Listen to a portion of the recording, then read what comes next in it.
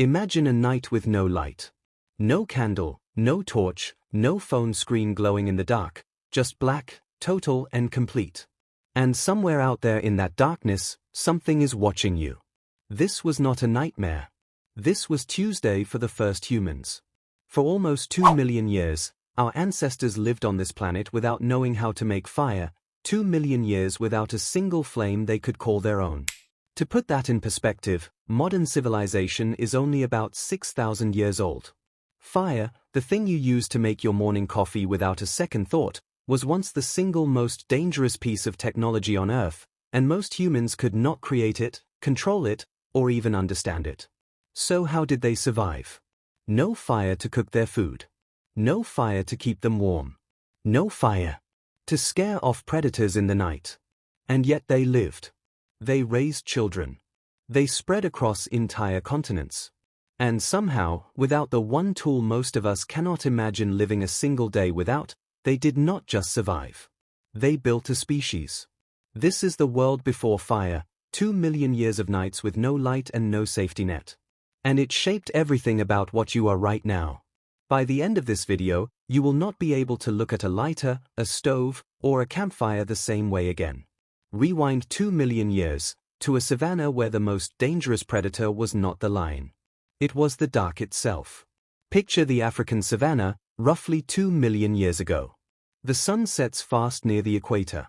One moment there is orange light stretching across the grass, and 15 minutes later, it is gone. No twilight to ease you into it. Just day, then night. Early humans had no fire to push that darkness back. So what did they do?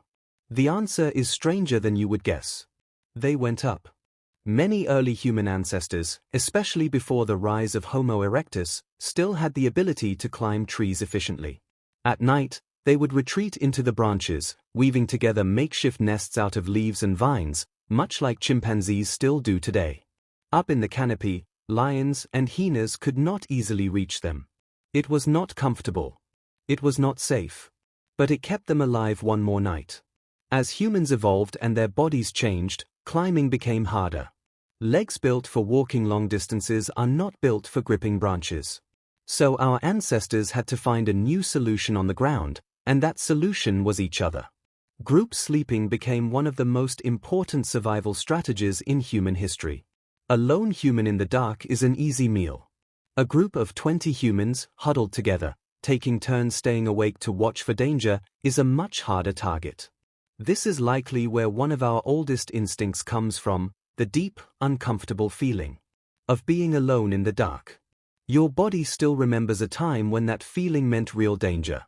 They also chose their sleeping sites carefully. Caves, rocky overhangs, and natural enclosures with only one entrance became prime real estate. A single entrance meant a predator could only attack from one direction, and that direction could be guarded. Some of the earliest evidence of human shelter use comes from exactly these kinds of defensible spaces, chosen not for comfort, but because they were easier to protect. Without fire to warm these shelters, body heat became the main source of warmth. Sleeping in tight clusters, skin against skin, fur against fur in earlier ancestors, kept core body temperature from dropping too far during cold nights. This is also likely one of the reasons early humans stayed physically close as a social group throughout the day, not just at night. Proximity was survival. Now let's talk about food, because this is where things get even more brutal. Today, fire does most of the hard work of digestion for you before food even reaches your mouth. Cooking breaks down tough fibers, kills parasites, and unlocks nutrients that would otherwise pass straight through your body. Without fire, early humans had to eat everything raw, and their bodies had to work incredibly hard to make that possible. This is one of the biggest reasons early human ancestors had much larger jaws, bigger teeth, and significantly larger digestive systems than we do today. Chewing raw meat and tough plant fiber for hours a day required serious jaw muscles. Some researchers estimate early hominins may have spent up to half of their waking hours simply chewing half. Try to imagine spending 6, 7, 8 hours a day just chewing your food every single day for your entire life. Their gut also had to be far longer and more complex than ours, packed with bacteria. capable of breaking down raw, fibrous material that a modern human stomach would struggle with badly. Over time, as fire and cooking entered the picture, this changed. The human gut actually shrank, and the extra energy that used to go toward digestion was redirected somewhere else. Many scientists believe this redirected energy is part of what allowed the human brain to grow so dramatically larger over time. In other words, cooking may not have just changed what we ate, it may have helped build the very brain you are using to understand this sentence right now. So if there was no fire to scare them away, how did early humans deal with predators? The answer is a combination of intelligence, teamwork, and pure nerve. Early humans were not the strongest animals on the savannah. They were not the fastest either. What they had instead was coordination. A group of humans working together, throwing rocks, waving branches, and shouting in unison, could intimidate predators many times their individual size. Lions and hyenas are ambush hunters. They rely on catching prey off guard, isolated and unaware. A tight, alert, loud group of humans was simply not worth the risk for most predators, most of the time. Humans also became incredibly skilled at reading the environment.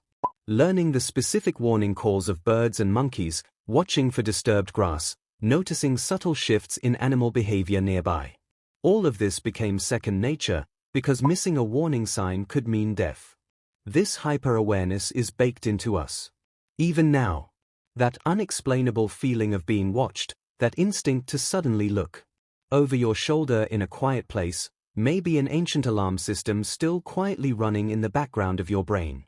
There is also strong evidence that early humans used natural weapons far more cleverly than we usually give them credit for. Sharpened wooden spears, thrown rocks, animal bones repurposed as clubs.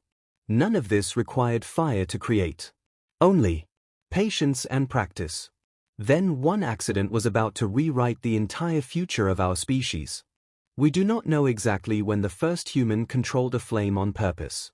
The oldest confirmed evidence of controlled fire use goes back around 1 million years, found in a cave in South Africa, but many researchers believe scattered, occasional fire use may have started even earlier, likely by accident.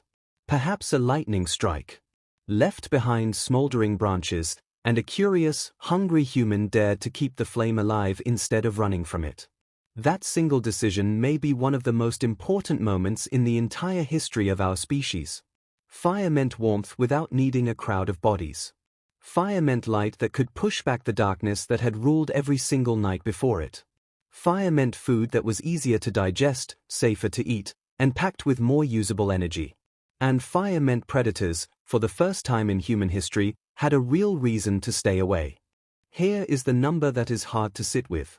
For every single night of those nearly 2 million years before that discovery, our ancestors survived without any of that.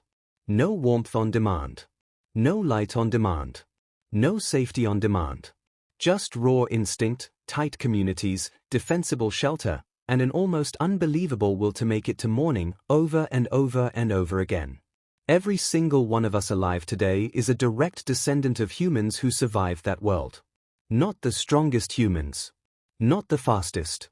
The ones who stuck together, stayed alert, and refused to give up, night after night, for 2 million years, long before the very first spark ever changed everything. If your ancestors could survive 2 million years of pitch-black nights with nothing but each other, maybe that uneasy feeling you get walking somewhere dark and quiet is not really about today at all. Maybe it is a memory. A very, very old one. So the next time you flip a light switch without even thinking about it, remember what that switch replaced: 2 million years of darkness, and the humans tough enough to survive every single night of it. If that changed how you see something this small, hit subscribe. There is a lot more history hiding in the dark.